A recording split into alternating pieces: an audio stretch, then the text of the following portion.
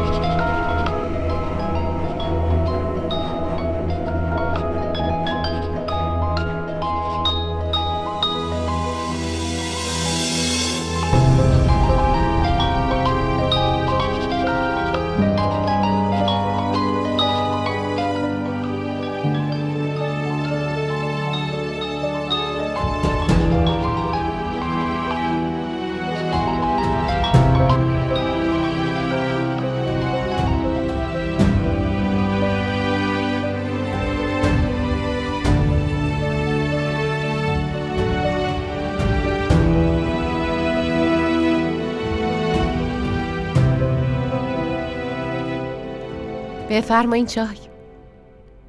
ممنون.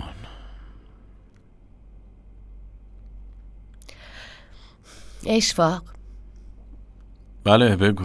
من خیلی نگران فریدم.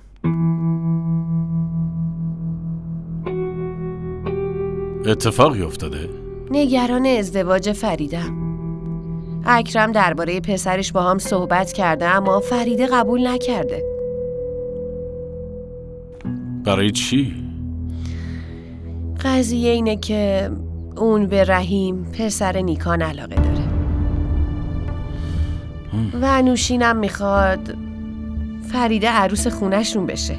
منم هیچ مخالفتی با این ماجرا ندارم. نوشینم همیشه فریده رو مثل دختر خودش میدونسته و دوست داشته، مثل مادرشه. ببین شکفته، خوب نیست که من خودم حرفشو بزنم.